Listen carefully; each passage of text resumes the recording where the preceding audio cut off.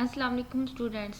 आज हम डिस्कस करेंगे कि हमने टू वे एनोवा को SPSS पे कैसे परफॉर्म करना है।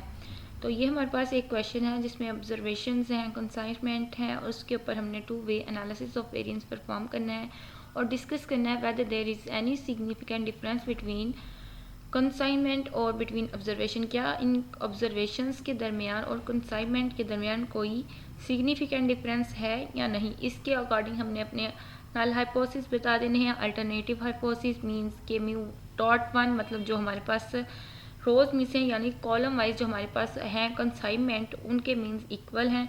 नेक्स्ट हमने अपना एच नॉट डिफाइन किया है, H not with double prime.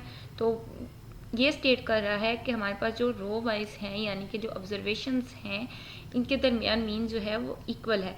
इसी के अगेंस्ट हमारे पास अल्टरनेटिव हाइपोथेसिस हैं। तो आज हमने इसको SPSS को यूज़ करते हुए कैसे परफॉर्म करना है तो वो डिस्कस करते हैं।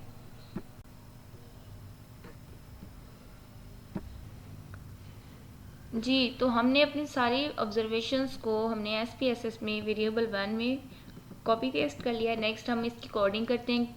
हमने कोडिंग इस तरह से करनी है कि हमने इसके टू वे एनालिसिस परफॉर्म करने हैं। वन वे एनालिसिस कैसे परफॉर्म करते हैं, उसकी कोडिंग कैसे करते हैं, ये आपको प्रीवियस वीडियो में बता दिया गया है। इसी तरह हम टू वे की किस तरह परफॉर्म करते हैं ये हम आज डिस्कस करते हैं। जी, तो हम देखते हैं हमारे पास क्या है, 1 2 3 4 5 6 कॉलम्स हैं एंड 4 रोज हैं। फर्स्ट हम कॉलम वाइज कर लेते हैं। कॉलम हम वाइज हम कोडिंग करते हैं वेरिएबल 2 में। तो हम कहते हैं कि हमारे पास जो 4 फर्स्ट ऑब्जर्वेशंस हैं वो कॉलम 1 की हैं, तो हम कहते हैं 1 1 1 एंड 1। ये हमारे पास कॉलम 1 की ऑब्जर्वेशन थी। नेक्स्ट जो हमारे पास स्टार्ट हो रही है वो कॉलम 2 की है, हम लिख देंगे 2 2 2 एंड 2। Next 3 3 3 3 4 4 4 and 4। कॉलम 4 हो गया। नेक्स्ट कॉलम 5 की ऑब्जर्वेशन स्टार्ट है, 5 5 5 एंड 5 6 6 6 एंड 6।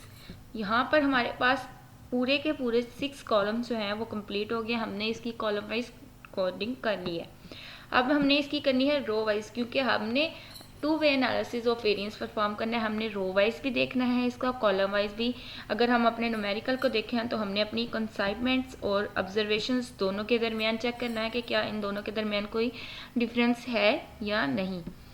तो अब हम इसकी कॉलम वाइज तो हमने कर लिया, अब रो वाइज करते हैं कि पहली 4 ऑब्जर्वेशंस जो हैं लाइक अगर हम यहाँ देखें 9 10 और 9 इस साइड की हमने नहीं करनी। हम इसी साइड की अगर हमने कॉलम वाइज किया तो हम इसी साइड की रो वाइज करेंगे। वो इस तरह करेंगे कि 9 जो है वो फर्स्ट रो की है, 12 ऑब्जर्वेशन जो हमारे पास सेकंड रो की है। हम इसको SPSS पे करते हैं कि हमारे पास ये जो है 9 फर्स्ट रो में लाई कर रही है, 12 सेकंड में है, नेक्स्ट 11 थर्ड में है, फिर 4 में है।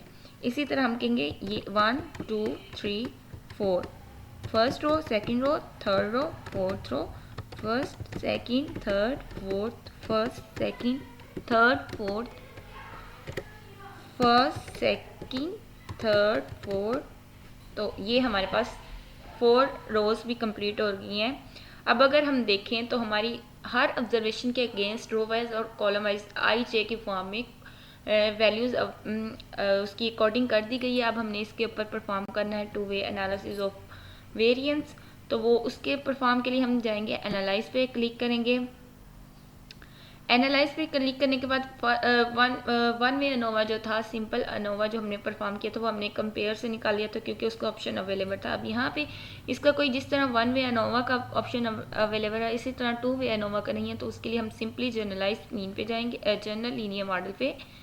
वहाँ पे हमने यूनिवेरिएट पे क्लिक करना है। यूनिवेरिएट पे क्लिक करने के बाद हमने यहाँ पे डिपेंडेंट वेरिएबल ऐड करना है। डिपेंडेंट वेरिएबल यानी कि हमारे पास वेरिएबल 1 में है जिसमें हमने सारी ऑब्जर्वेशन का डाटा पुट किया है। फिक्स्ड फैक्टर्स यानी कि वो वाले वेरिएबल्स ऐड करें जिसमें आपने कोडिंग की है। तो हम देखते हैं, तो हमने कोडिंग इस तरह से की हुई है। नेक्स्ट अगर आपने कोई चीज़ यहाँ से आप अपनी रिक्वायरमेंट के अकॉर्डिंग देखना चाहते हैं, लाइक हम कहते हैं कि हमें सिर्फ मेन इंस्ट्रक्शंस दे यानी कि मेन इफेक्ट्स दे किसके, रोज के और कॉलम्स के जो हमने कोडिंग किया है। नेक्स्ट हम कंटिन्यू कर देते हैं। उसके बाद अगर आप फर्दर कोई चीज़ ऐड करना चाहते हैं तो आप लाइक हमारे यहाँ से डिस्क्रिप्टिव स्टैटिस्टिक्स भी ऐड कर सकते हैं, F टेस्ट फाइंड कर सकते हैं, हम हेट्रोसिडास्टिसिटी को फाइंड कर सकते हैं, और हम ओके करते हैं तो ये हमारे पास इसका आउटपुट आ जाता है। ये उसने बिटवीन फैक्टर्स हमें निकाल के दिए। नेक्स्ट उसने दिया है test of between subject effect, यानी कि टू वे एनकोवा का। तो यहाँ से अगर हम देखें तो ये हमारे पास वेरिएबल 2 जो है ये हमारे पास है बिटवीन कॉलम वाइज, और वेरिएबल 3 में हमने रो वाइज कोडिंग की थी। तो रो वाइज हम उसके एरर के हैं और ये टोटल के हैं, इनकी डिग्रीज ऑफ फ्रीडम और इनके अगेंस्ट उन्होंने मीन स्क्वायर और एफ टेस्ट निकालने हैं और सिग्निफिकेंट वैल्यूज़ दी हैं। अब सिग्निफिकेंट वैल्यू में देखें तो हमारे पास जो वेरिएबल 2 है उसकी सिग्निफिकेंट वैल्यू क्या कहती है कि वो 0.05 से ग्रेटर है, यानी कि वो 0.10 है। तो यहाँ पर हमने डू नॉट रिजेक्ट किया है इस नोट को, यानी कि जो हमारे पास है कॉलम मीन्स वो इक्वल है, ठीक है। इसी तरह हमने अगर वेरिएबल 3 की बात करें तो वो हमारे पास 0.05 से लेस देन है, यानी कि हमने रिजेक्ट कर दिया एच नॉट को। वेरिएबल 3 में हमने की थी रो वाइज कोडिंग, यानी कि रो मीन्स वो इक्वल नहीं है। तो ये चीज़ इस तरह हमने इसके कंक्लूजन निकालने हैं, बताना है कि ये चीज़ रिजेक्ट हो रही है, ये किस चीज़ को इंडिकेट करती है।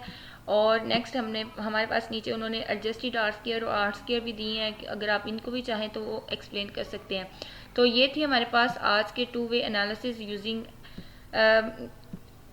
SPSS के ऊपर हम कैसे परफॉर्म करते हैं टू वे एनोवा।